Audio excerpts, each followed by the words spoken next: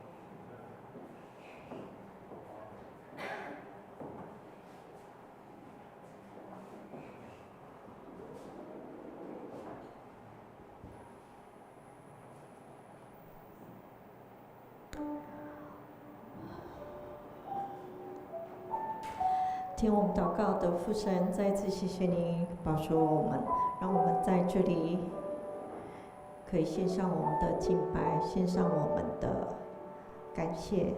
谢谢你保守我们一直以来的平安，在你所定的日子里面，我们来到你的圣所，要献上我们的感恩。再一次求您保守这段时间，我们相信你手的作为，相信你自己要彰显你的荣耀，我们就将这样的事、这样的时间摆上，愿你保守带领，让我们再一次被你的爱摸着，再次被你的灵所感动。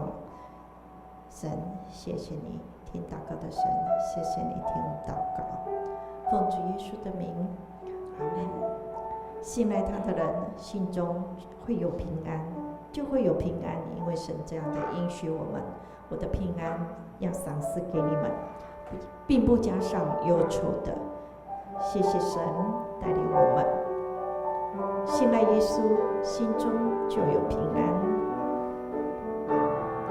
信赖耶稣，心中就有平安。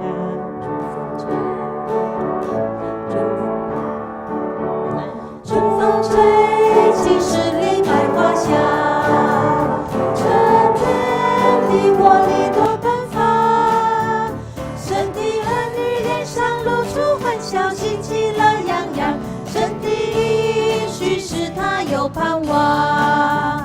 生命好似一滴朝露，转眼就不知去向，何必为生命忧伤？心中有主亮光，重新得着力量，信赖耶稣，心中就有平安。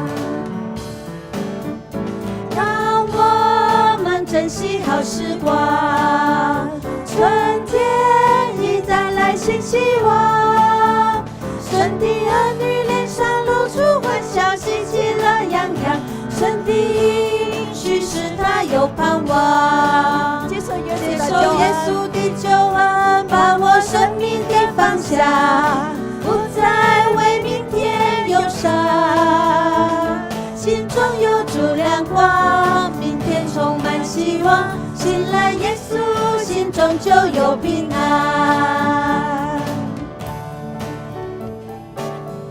平安，真欢喜跟你做回来敬拜上帝。平安，很高兴与你敬拜我们的神，相信他是我们的平安，并不加上忧愁的。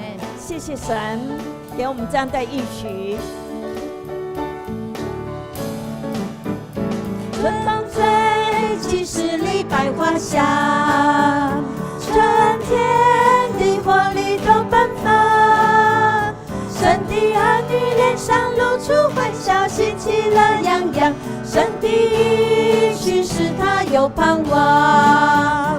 生命好似一滴朝露，转眼就不知去向，何必为生命忧伤？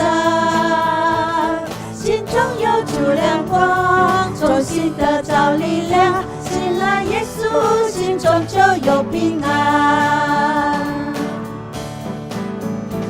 让我们珍惜好时光，春天已带来新希望，神的儿女脸上露出欢笑，喜气乐洋洋，神的应许使他有盼望。接受耶稣的救恩，接受耶稣的救恩，把握生命的方向，不再为明天忧伤，心中有主亮光，明天充满希望。信赖耶稣，心中就有平安。让我们珍惜好时光，春天已带来新希望。神的儿女脸上露出欢笑，喜气乐洋洋。神的应许使他有盼望，接受耶稣的救恩，接受耶稣的救恩，把握生命的方向，不再为明天忧伤。心中有主亮光，明天充满希望。信赖耶稣，心中就有平安。接受耶稣的救恩，接受耶稣的救恩，把握生命的方向，不再为明天忧伤。心中有主亮光，明天充满希望。信赖耶稣，心中就有平安。信赖耶稣，心中就有平安。信赖耶稣，心中就有平安。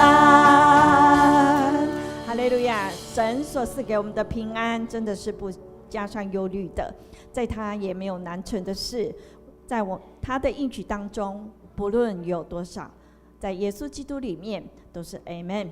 Amen。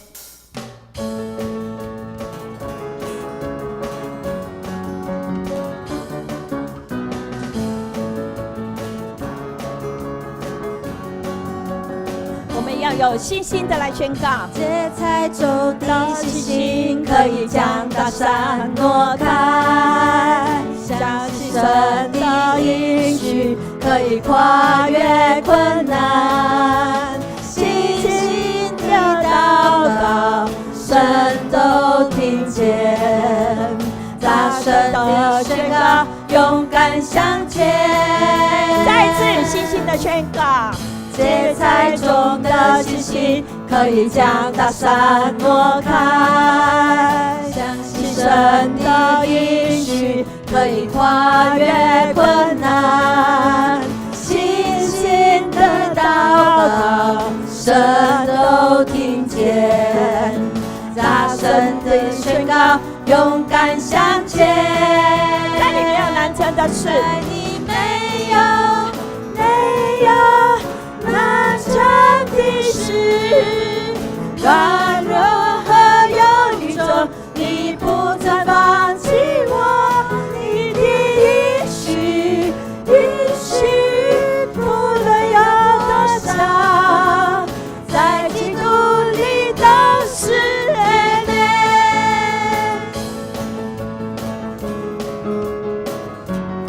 相信在神的应许里面都是 Amen。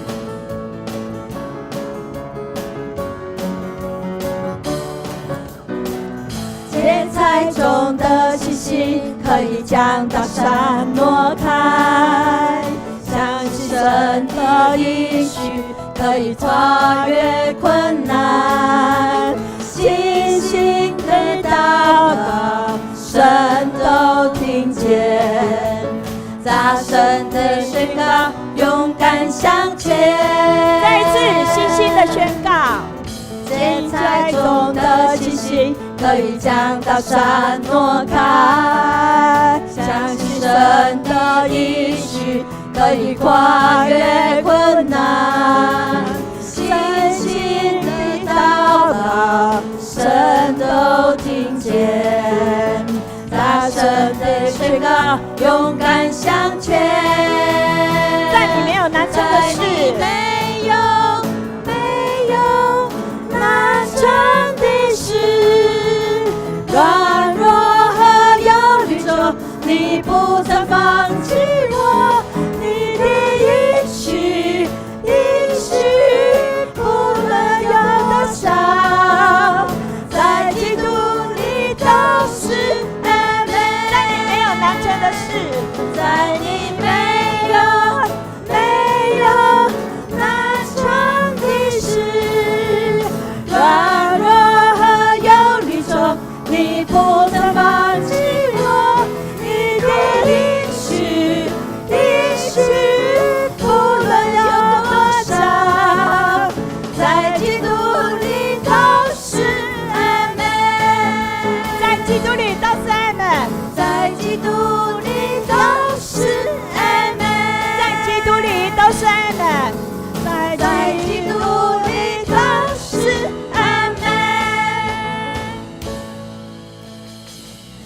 神，谢谢你爱我们到这样，你的爱是长宽阔高。我们感谢你应许我们有新的生命、新的力量、新的盼望，要重新面对我们要走的路。谢谢你，谢谢你照亮我们心中的黑暗的角落。谢谢你所赐的平安、希望，叫我们知道，我们可以长长久久的依赖你，我们可以长长久久的相信你。虽然我们的生命会像朝露，也像山里的花草，随时会枯干，我们相信你的时到，有你的时，有你的日，你要完成你自己的作为。但你所赐的话语，我们有平安，有恩惠、慈爱，随着我们的应许，却永远不落空，也不变。谢谢你用你的话语亲自安慰我们忧伤的心灵。谢谢你，谢谢你听我们祷告，祷告奉主耶稣的名，阿们。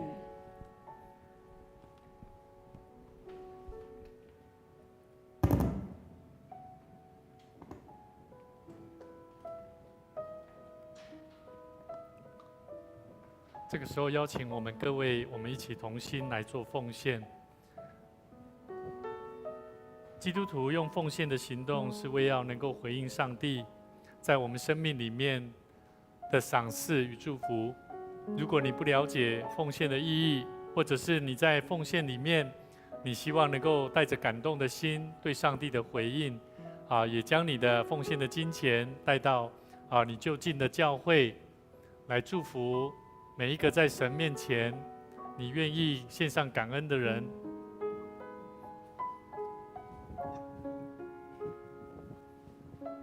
求上帝帮助我们，让我们一起在神的面前，我们透过奉献的行动来回应上帝。愿上帝来赐福我们，我们一起起立，我们来做奉献诗歌的回应。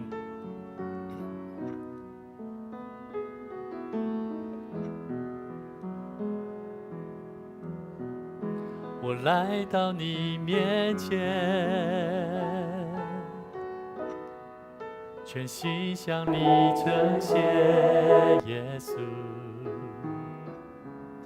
你是如此爱我，我单单属于你。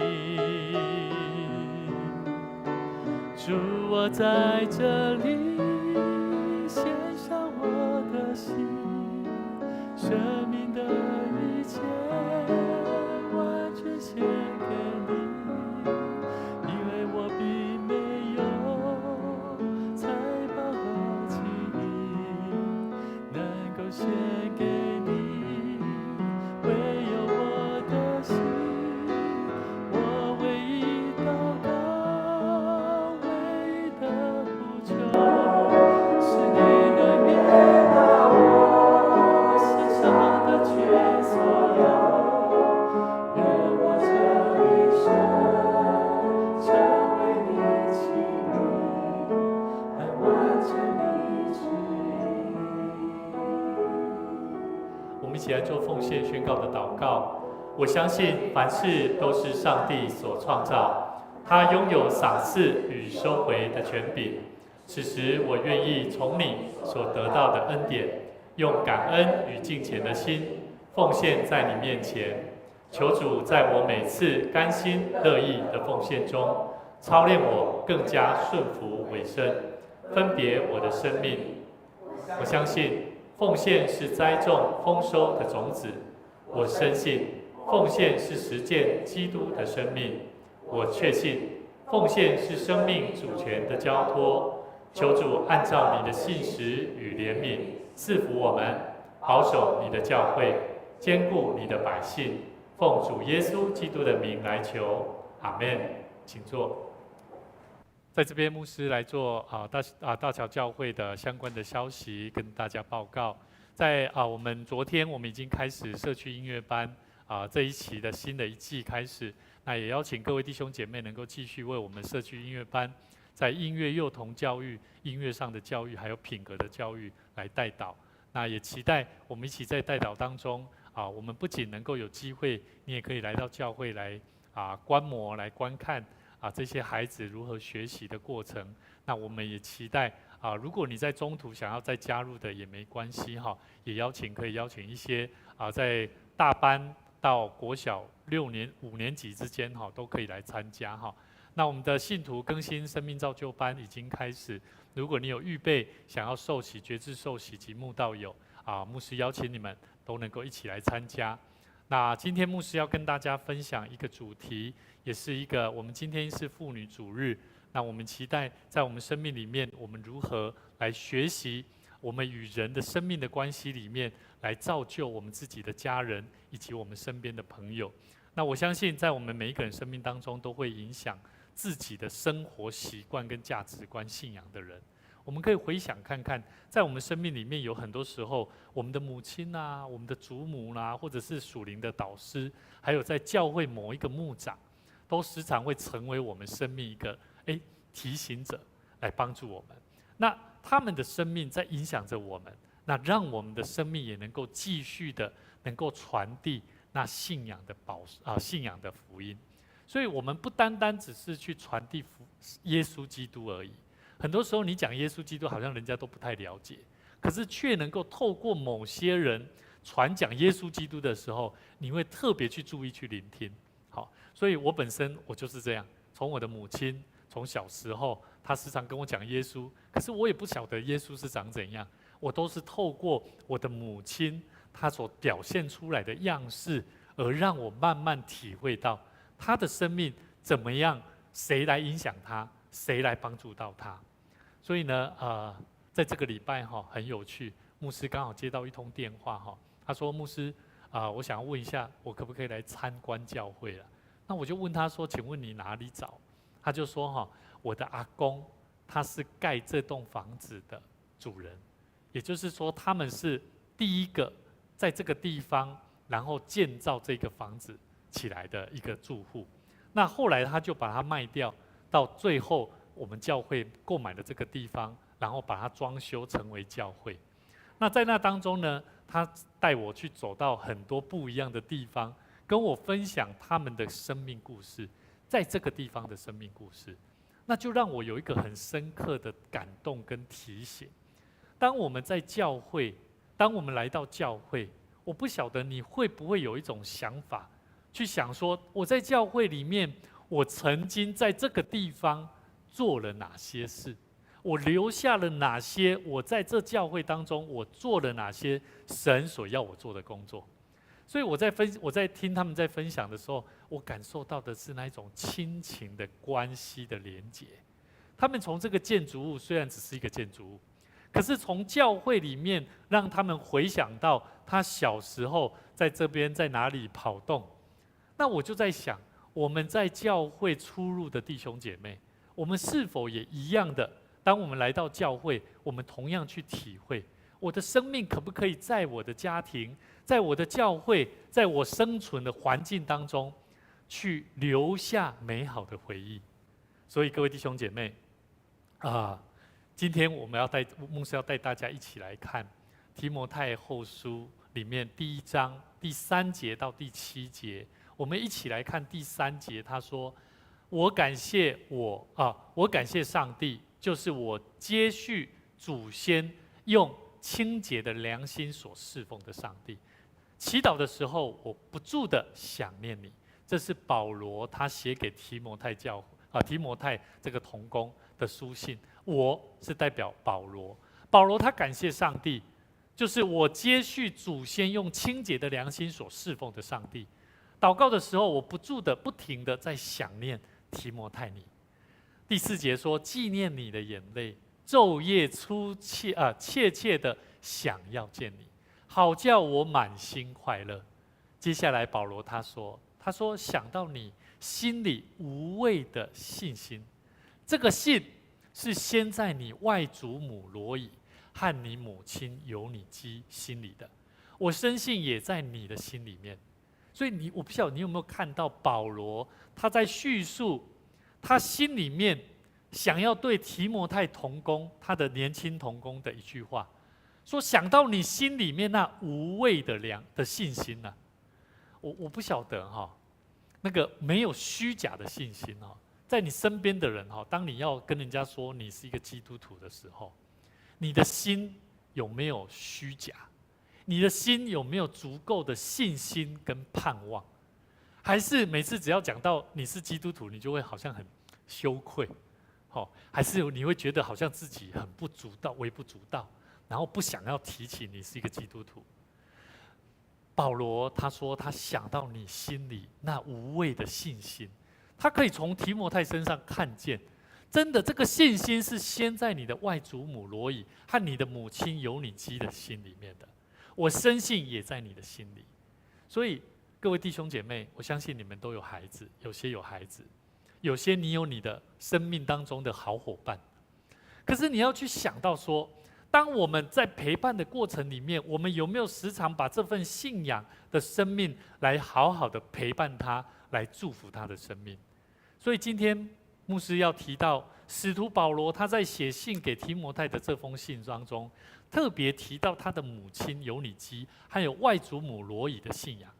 这提醒到我们属灵的母亲的影响力，不仅仅局限在自己的孩子，而且是可以延续到下一代。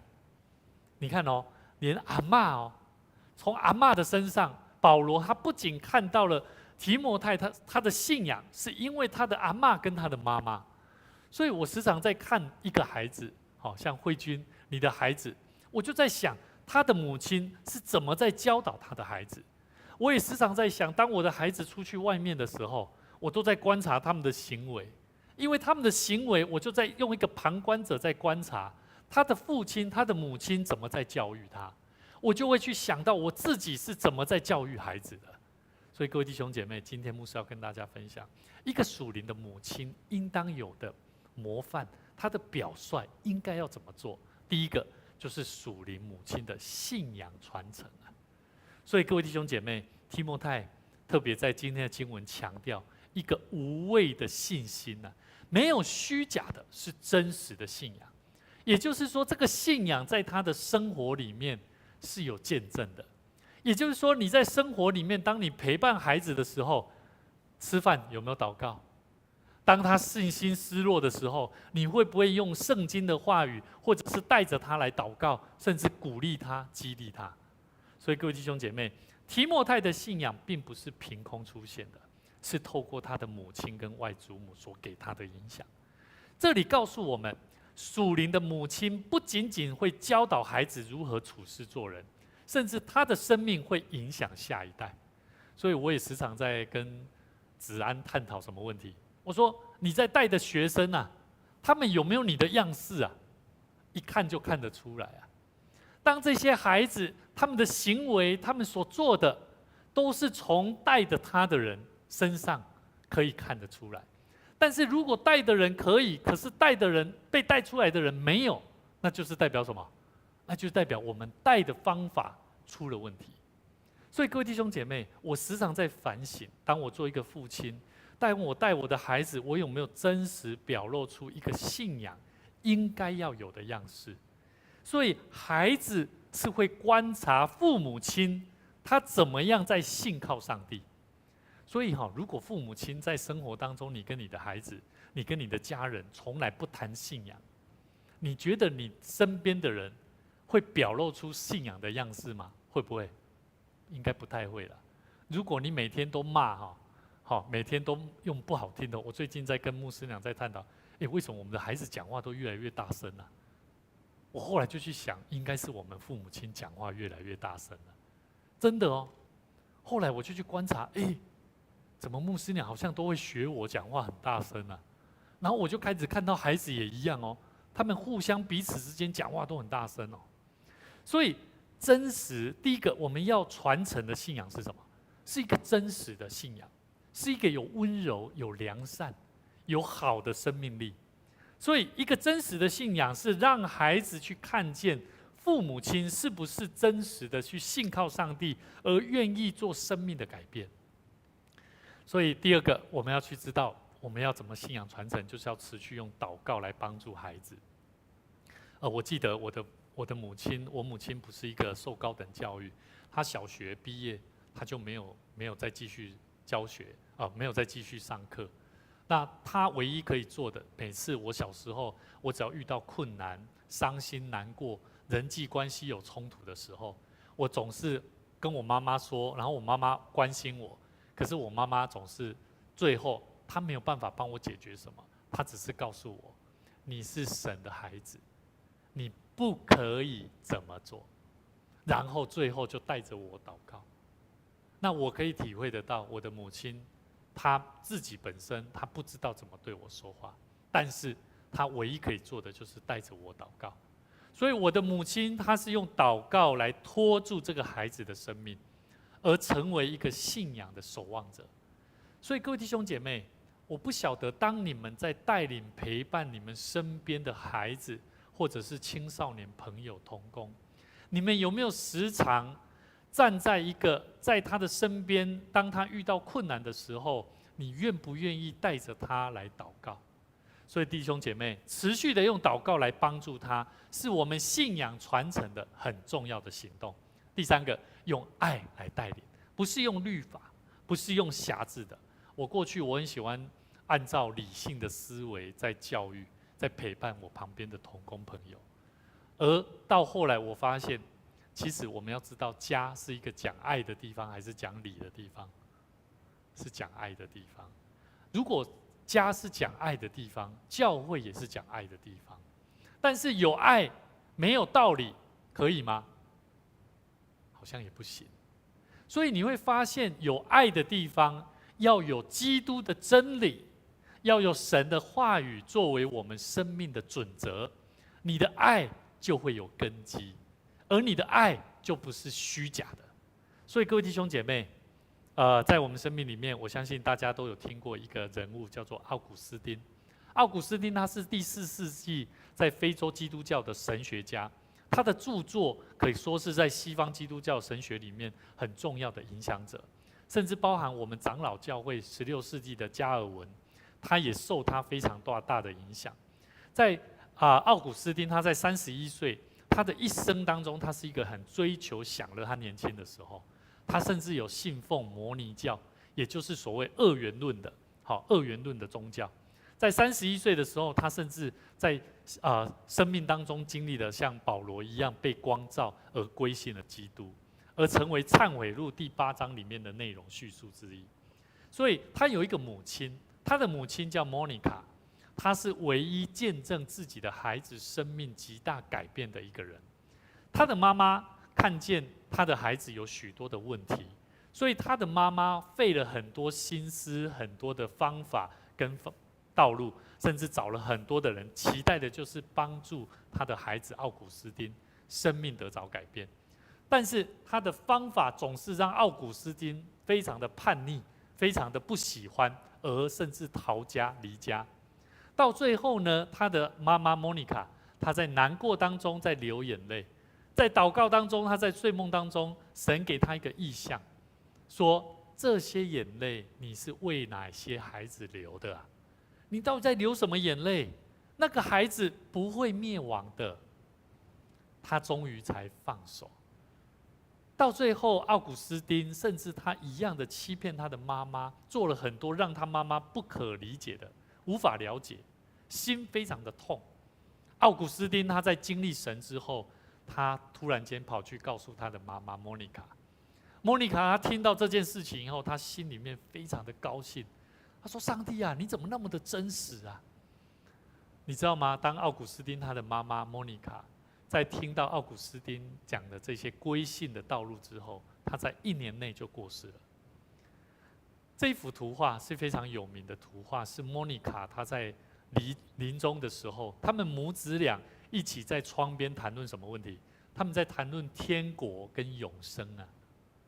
我不晓得，当你在跟你身边的好伙伴、家人、朋友在一起的时候，你们是单纯都在谈论的是世上的事物，还是就像他们一样，他们母子一样，他们曾经经历过在生活、家庭问题、关系上的冲突，可是当他们重新和解的时候，是重新坐下来去思考天国跟永生生命的道路。按照奥古斯丁的回忆，莫妮卡她的妈妈说道：“她说我的儿子啊，在这世间我的盼望已经满足了。我只求过一件事，就是在我死之前能够见到你成为基督徒。我的神超乎想象的成就这些事情。你舍弃了世上的荣耀享受，成为神的仆人，夫复何求啊？”他的母亲的内心的渴望。所以现在我也一样，当我在看到我的孩子，我4个孩子，甚至每一次我在接触每一个年轻朋友，我都是同样的心情。当他们有机会接触到教会，接触到我作为一个牧者，我成为一个神的基督的仆人，他的门徒，我是否能够帮助他认识耶稣基督的真理？所以各位弟兄姐妹，提摩太的母亲就是这样无虚假的信仰生命的母亲，所带给他的影响力，让他的生命改变，甚至让保罗看见在提摩太的身上，他的生命不一样。所以各位弟兄姐妹，属灵的母亲的模样，她所要传承的是什么？我相信你会有一个新的转变，新的调整，也会有一个新的挑战的出发。第二个，我们做一个属灵的母亲的模样是什么？我们要有一个激励跟提醒的话语。好，在保罗他对提摩太的书信第6节，我们一起来读哈。来，为此左边，我提醒你，使你将上帝借我按手所给你的恩赐，再如火挑旺起来。哦，注意哦，为了这样，为了你的母亲，为了你的阿嬷，好，这一些感动，我要提醒你哦，提摩太，你要将上帝借着我按手在你所给你的恩赐上面，你要如火挑旺起来。所以我也时常，我会告诉子安，告诉我的同工，你要把这个东西带起来，你要靠着神给你的恩赐力量，不是靠着自己的力量，是靠着你跟神的关系。我也告诉青少年朋友，你们跟你的家人，你跟你的同学之间的冲突关系，你要努力，你要祷告，你要跟神求，因为这个都是一个恩赐力量的来源。所以各位弟兄姐妹，如果你的恩赐能力，你没有办法去看见一个人的需要，去鼓励他，他是没有能力的。所以各位弟兄姐妹，当我们领受圣灵的工作，我们要了解圣灵的工作怎么在帮助我们。所以各位弟兄姐妹，属灵的母亲她怎么样激励？她怎么样激励她的下一代？第一个，她会去肯定他们的呼召跟恩赐。所以你会不会时常看见孩子的潜能呢？好，我们要在祷告中，在陪伴学生当中。所以我觉得很感谢神哈，我们的同工子安他时常在陪伴我们的学生，把吉他好，把这个乐器打鼓好，只要学生来有机会就帮助他们，就说来你来试看看，他们就会愿意，然后慢慢的得到一个有一个目标。好像我们的静瑶姐妹，她以前不会弹吉他的，可是她现在就是尾声，好，礼拜天哦，她家住在永大路那边哦，骑着脚踏车哦，骑20几分钟哦，好，所以我也在想哦，以后我要鼓励我的孩子，国中就要自己骑脚踏车了，反正家里很近啊，哦，是很近啊，但是走路就也可以啊，好，所以很多东西我都要鼓励我的孩子，在他小的时候要肯定你给他们的，好，这个呼召是什么？这个呼召就是他要清楚知道上帝的计划是什么，我们要跟他分享为什么你要学这个。以前有人告诉我说，牧师你不要强求人家去学什么，可是我都觉得不是这样的，我不会去强求一个人要去学一个乐器，学一个恩赐能力，而是你要去做任何的尝试，你的能力才会增加，你的能力才会看见，你才会知道上帝怎么呼召你。所以我本身我个人在高3的时候上帝给我感动，让我透过学吉他，我那个时候也不会，完全不会，然后慢慢的到大学学贝斯又学打鼓，我现在我都觉得我很喜欢这些乐器，但是这以前不是我喜爱的，也不是我原本会的，可是神就把这样子的呼召跟恩赐赐给了你。所以各位弟兄姐妹，为孩子来祷告，为孩子代祷，你要求神来坚固他们的信心。各位弟兄姐妹，什么叫做坚固孩子的信心？你要怎么为你的家人祷告，给他信心？怎么做？你要让他经历啊！你要怎么让你的家人经历信仰？怎么经历？从你身上。孩子，你身边的朋友，或者是你的家人、你的丈夫、你的太太、你的朋友伙伴，他要认识你的信仰，你一定要让他感受到你是一个靠主有信心的人，对吧？如果你本身没有信心，你的朋友会相信你相信的上帝是有能力的吗？不会啊。如果你本身你也不会去祷告，你也遇到问题，你也不祷告，你也不求，然后在那边发牢骚，你觉得你身边的朋友他会认为你是一个爱主的人吗？上帝是一个赏赐给你丰富的神吗？我相信没有人会相信。所以孩子他要坚固信心，你要为他祷告，就是要为你自己祷告，求神帮助你，让你能够活出有神话语的样式。第二个，你要用神的话语来祝福你的孩子，要带着你的孩子透过守神的话语，守神的道，要对人有爱心，要怎么样守主日，要怎么样亲近神，要怎么样好好用神的话语来祝福他的生命。所以各位弟兄姐妹，当你愿意用神的道、神的话语带领你身边的朋友、身边的孩子跟家人，你就能够帮助他的信心更加的坚固。不是靠你自己，不是靠你怎么跟他说话，不是，也不是世上的产业，是透过你怎么用神的话语。第三个，我们要提供他实际的支持跟陪伴。当我们很多时候我们都会说啦，但是我们都做不到。我刚刚有讲到祷告，对不对？可是你要真的去祷告哦，说不要他遇到问题你就说你要祷告啊。我们都很会讲哦，你有没有祷告啊？可是我们却没有带着他亲自祷告。遇到问题的时候，我们也没有陪伴他去探讨那个问题的原因。所以各位弟兄姐妹，在英国时期有一个非常有名的一个牧师叫约翰卫斯理。那他是圣公会的一个牧者。那他曾经在他在生命的道路上面，他的生命会那么的不一样，是因为他的母亲给了他非常好的教导。他的母亲叫苏珊娜·卫斯理，他们出生在一个非常敬虔的一个家庭。他的母亲约翰卫斯理的母亲，她生了19个孩子，他只有10个孩子留下来。他极力的把自己的家庭建造在一个敬虔的场所。所以苏珊娜她相信教育孩子给他最好的资助，就是用神的信仰的生命跟福音来帮助自己的孩子。所以呢，他除了为自己的孩子祷告，他注重孩子的品格，教导孩子顺服的功课，行事为人风范做法一定要敬虔。所以呢，苏珊娜她甚至时常在家庭的聚会当中，一定会带着她的家人一起祷告、读经祷告。每一个礼拜会陪着孩子单独面对面，仔细听看看孩子他的喜怒哀乐的感受。那在苏珊娜她在悉心照顾当中，有3个孩子成为教会历史上非常有名的属灵伟人。好，一个就是约翰卫斯理，第15个孩子；另外一个是长子，英国圣公会的牧师，优秀的教育家撒母耳；第3个，也就是查理循道会的创始人查理卫斯理。那他写下了9000多首的赞美诗歌，这可以说是这个循道会的之母了。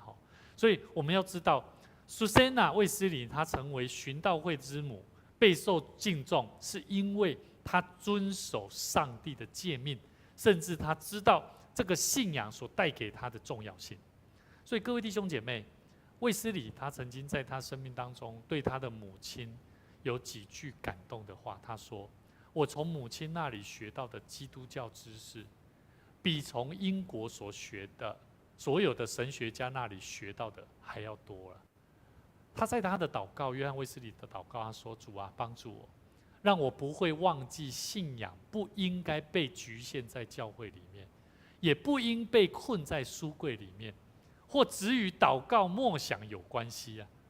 主啊，不论我在何处，让我都有你的同在。愿我每一句话、每一个行动都有道德意义，帮助我在每一天中学习，并朝着你的样式成长。阿们。各位弟兄姐妹，在你的生命里面，我们是否愿意学习，像苏珊娜约翰卫斯理的母亲苏珊娜一样，忠心的把孩子带到神的面前？当我们说我们要传福音，我们要陪伴带领一个未信的人来认识主耶稣的福音，我们要知道我们每一个人就像是一个属灵的母亲一样。当我们愿意这样去陪伴的时候，你会发现用神的话语来教导，帮助每一个需要得救的灵魂，而真正的得着生命的救恩，耶稣基督的救恩。所以各位弟兄姐妹，第三个，我们要怎么样培养一个属灵母亲的模范，就是要信心跟刚强。好，信心跟刚强。圣经里面这样说，因为上帝赐给我们不是胆怯的心，乃是刚强、仁爱、谨守的心。属灵的母亲在教育孩子、服侍教会的时候，常常会遇到一些困难跟挑战。第一个，我们会不会遇到家人跟社会的压力？会不会？有。你的家人有时候不支持你，会不会？会。他会认为去教会有什么用？我在家里不如念书还比较好。好，去教会有什么用？我去工作比较好。我的父亲从小时候，我时常看到我的父亲跟我妈妈在吵架。吵什么？因为我的父亲总是说礼拜天人家工厂都会停休息，让他停下来，让我爸爸这个技师去修理机械。所以呢，我爸爸讲的好像也蛮合情合理的。可是我的母亲都告诉他，你把每礼拜天应该守主日的时间你没有去，上帝不会祝福你。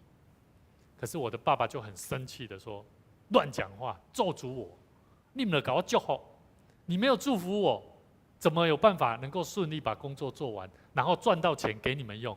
好像合情合理，对不对？可是每一次我的父亲礼拜天去修理完，我们早上去做完聚会，回到家，我的爸爸都是发脾气。为什么？他心情不快乐，因为他所做的机械所修理的过程都不顺利，不知道为什么。那个东西原本都是我父亲非常熟练的，是他的专业。可是他修理机械的过程一直出一些毛病，不知道为什么，找不出原因。后来我的母亲总是告诉我的父亲，记得你把最好的时间奉献给神，神会帮助你。所以后来我的父亲就改变了。我的父亲以前也会抽烟，好，但是后来他都改变了。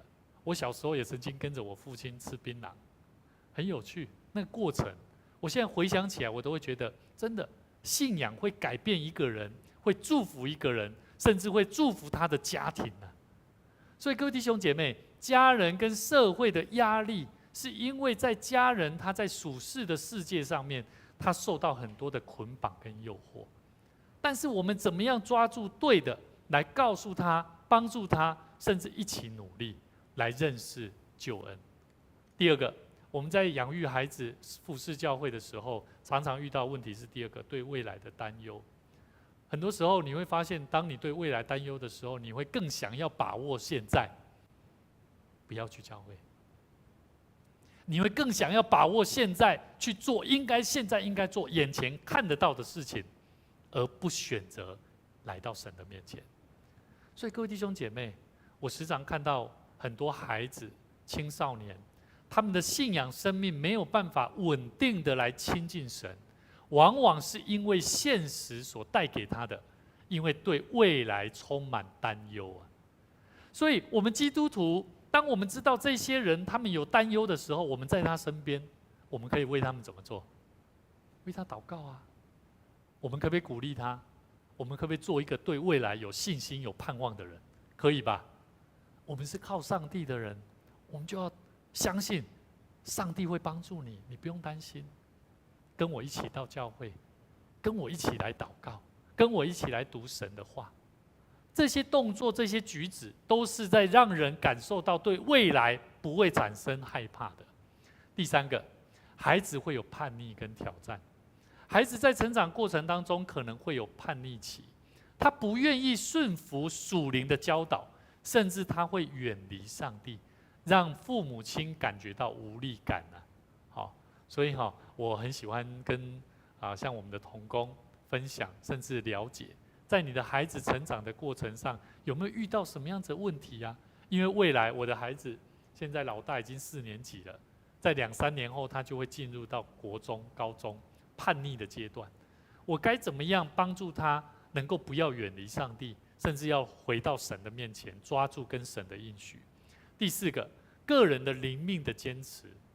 每一个人我们都会想说，我们会尊重家人啊。我们很多时候为了家人、为了家庭、为了你自己的工作，而会发现你跟神的亲近的关系，都是放到最后，留最后给神的啦，对吧？好，你晚上要祷告，是不是最后才给神的？也是啊。好，你会早上一大早起来祷告吗？大部分比较少，大部分我们是什么？要遇到困难的时候才祷告了，遇到问题难题的时候，我们才会想到上帝啊。所以各位弟兄姐妹，个人灵命的坚持，我们很多时候我们忽略灵修祷告，我们因为被属世的事情所影响。第5个，经济跟现实压力会不会？会。我们要服侍教会，要养育孩子，我们会发现我们要为孩子买一本圣经，还是买学校的课本比较重要？开始有判断了，对不对？学校课业好像那个是最主要的，要赶快买。圣经不用，教会也有，哪里都有，网络也有，那个不用买。各位弟兄姐妹，你要知道，神的话语、神的帮助是透过我们在现实的生活里面都在检视一个人的信仰啊。所以以前我时常在想，我的母亲告诉我，早上她拿10块钱给我去教会要奉献。我记得我回想起来，我妈妈告诉我说，你不要偷拿不要拿去买凉水不要拿去买饮料这是要奉献给神的我后来到最后我很聪明，我妈妈从10块到50块到100块，我想说10块多我都奉献习惯了，我就把它找开来100块里面呢有10块奉献，90块我拿去打电动。所以我很会想我年纪这么小都会想了，你觉得在座的大人们有没有人也会这样想？会。我今天奉献我不用准备，反正糟糕，我没有想到要奉献，身上随便拿一个10块钱、1块钱的都会投。所以我们曾经去到有一些教会我们在收那个全体的奉献，说怎么全部20001块？我们就会知道，虽然那1块钱可能对某些人来说是很重要的，可是我们可以从中看出，人遇到经济跟现实的压力，总是选择先以现实为重，而不是以上帝的国为重。各位弟兄姐妹，我记得我这样子偷窃的过程，有一次当我爸爸买了一台3800块的捷安特脚踏车，那一天我一样是去偷窃，我把奉献的钱偷了，甚至把它偷去拿去打电动，我车子也没有锁，那一天我就放在旁边，我打电动，我就想说我看得见，就在我旁边而已。可是当我很专注在打电动的时候，我的那一台脚踏车被偷了，损失大不大？太大了。我回到家里的时候，我很害怕，真的被打，然后被跪在那个柏油路上，我到现在印象都非常深刻。我失去的是什么？因为我偷了应该要奉献给神的。或许上帝不在乎那多少钱，但是我知道，因为我偷窃的行为，而让我损失了更惨痛的代价。我原本很喜欢的脚踏车，结果后来我爸爸告诉我，你的脚踏车没了，你就去骑那个你觉得最破烂的脚踏车。我只能够平亚崩就骑着以前的那个破的脚踏车。可是我心里面我知道，当你面对经济跟现实压力的时候，你会选择最安全的方式，还是选择偷窃的方式？你可能觉得你好像得到，可是实际上你失去了很多。第六个，当我们在做属灵母亲，在养育孩子、服侍教会的时候，会遇到教会服侍中的挑战。很多时候，当你在服侍的时候，好像你很认真，付上很多时间代价。你的家庭、孩子，可能包含你自己，你都会觉得好像得不到别人给你的赞赏。你会觉得你那么用心，可是为什么得到的回馈好像不如你的期待？各位弟兄姐妹，这个挑战就是一种教会服事中的挑战。很多时候我们被忽略，我们感觉到疲惫，可是神在告诉我们，他如何与我们同在。第7个，当你面对孩子在选择与自由意识的时候，你要怎么样努力？当他所期待的跟你所期待的不一样的时候，你会不会无奈？会。像我的孩子他礼拜结束后，他就会说什么？他说他要去打电动啊。那我刚刚上一场我就问弟兄姐妹来，牧师的孩子他结束了，他要去打电动，可不可以？有人说什么？不可以。我的妈妈、母亲也一样，每次我只要讲完道，她总是会讲：“你今天你的孩子怎么了？怎么了？怎么了？怎么了？不可以。”面对孩子有他的选择跟自由意识的时候，我作为一个服侍神、服侍教会的一个仆人，我该怎么样面对孩子他的选择？保持刚强与信心，有办法办到吗？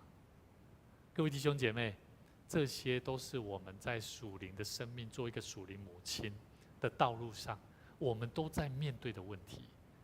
我不晓得你怎么在面对，求神帮助我们。我们需要得到很重要的生命态度，就是有刚强、仁爱跟谨守的生命。圣经里面特别告诉我们，我们怎么样学得刚强、仁爱、谨守的心。有一个故事这样说，在1910年代，在美国纽泽西州有一个在拉这个马车拉马车的一个车夫，他服务2个客人，一个是中年的传道人，一个是眼失明的一个老妇人那这个老妇人呢，他在拉马车的过程当中，这个拉马车的这个师傅在拉的过程，他听到这个传道人在跟这个老妇人在谈话，觉得这个老妇人90多岁了，还能够这么的温柔，那么讲话那么的能言善道，然后那么有智慧的一个老妇人。然后呢，在那当中呢，这个拉马车的这个师傅拉着拉着就拉过头了，过站了。后来他就很不好意思，又再把他拉到原本他所要去的这个火车站。到达地点的时候呢，他说不好意思，把拉，因为我听你们讲话真的太好听了，我就拉过头了，很不好意思。当那2个客人当中，那一位传道人就告诉他说：“你知道吗？这一位姐妹，这一位妇人，她是芬尼·克劳斯比，她是有名圣诗的作家啦。这个拉马车的师傅，他呆住了，他就马上脱掉他的帽子，当场在那边哭泣。他说很不好意思，这么大的伟人这么重要的人物，我竟然把他拉过头了他在那当中就叫另外一个警察来，他说：“Hello， 这一位就是就是写那个Safe in the arms of Jesus， 安稳在耶稣的手臂里。我们在上一场有唱。”就是圣诗里面的140首，耶稣的手扶持我。你可以去 YouTube 去 Google， 140首 PCT 2009 140首，在里面呢，他说这位就是芬尼克劳斯比这首诗歌的作者。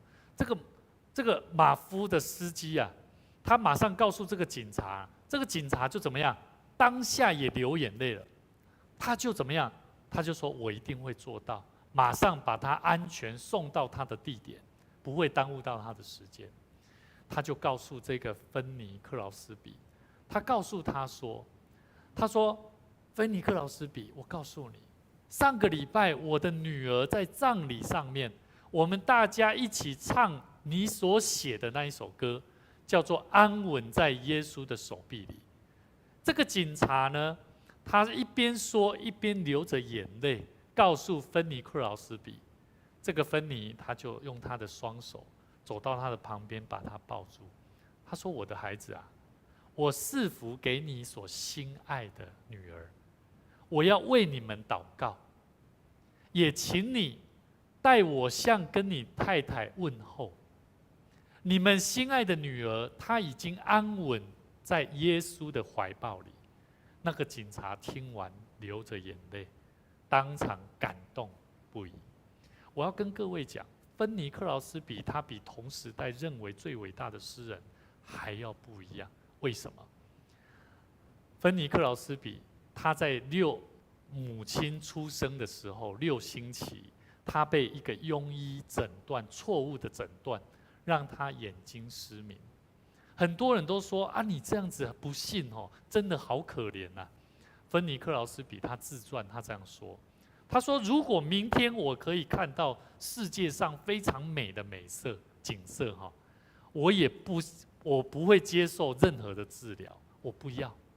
他不希望得到任何的治疗来看到这些美色，他希望有人告诉他说：那医生这个粗心大意的作为，难道你不觉得怎么样吗？他说不会，因为他相信，就算医生粗心大意造成的错误，上帝不误事啊，兄弟别过代志啊。所以各位弟兄姐妹，我不晓得你是不是当你遇到困难的时候，你也会跟一些正常很多人一样，你会选择这个上帝不是真实的，这个上帝并没有真实在我生命里面帮助我。求主帮助我们，让我们在生命里面学习怎么样来看待神所给我们的工作。芬尼克劳斯比他在95岁的人生的生涯当中，总共创造了9000多首的诗歌，所以非常非常惊人啊！是因为他的眼睛失明了，所以我时常在想，当人拥有的时候，往往是越难创造出神的心意所要创造出来的。当人没有的时候，你越能够看见神所要给你的功课跟任务。求神帮助我们，让我们学习活出一个属灵母亲的影响力，让我们在信仰里面学习刚强、仁爱与谨守的生命，也让我们在信仰属灵的生命里面，怎么样做一个属灵母亲的3个重要特质，就是信仰的传承、恩赐的激励跟刚强的信心，让我们的生命能够带出好的影响力，来祝福更多的人。我们一起同心来祷告。亲爱的天父上帝，我们感谢你，因为你赐给我们属灵的母亲，无论在教会，在我们身边的朋友以及牧者，我们都能够在信仰的生命道路上，让我们的生命得着成长。求你帮助我们活出属灵母亲的样式，不仅影响自己的孩子、身边的伙伴、朋友，也让我们成为别人生命的祝福。时常为他们祷告，愿你圣灵来赐给我们足够刚强、仁爱、谨守的心，让我们把握住能够亲近上帝的机会，能够让我们的生命得着那刚强站立的心志，为主你继续而活。在这世上有许多的挑战要去面对，我们需要有智慧，是要学习敬畏主的心，而得着智慧的心。愿主你能够帮助我们，在主你的爱里面，好好去牧养、带领新的一代的新生命，让我们的家庭、教会，还有在我们的社会当中，为主来做美好的见证，来荣耀上帝。愿你听我们的祷告，奉主耶稣基督的名来祷告，阿们。愿主赐福大家，让我们在每一周的礼拜天11点，我们华语礼拜，也祝福让我们一起在神的话语里面来领受更多生命的祝福。愿你平安。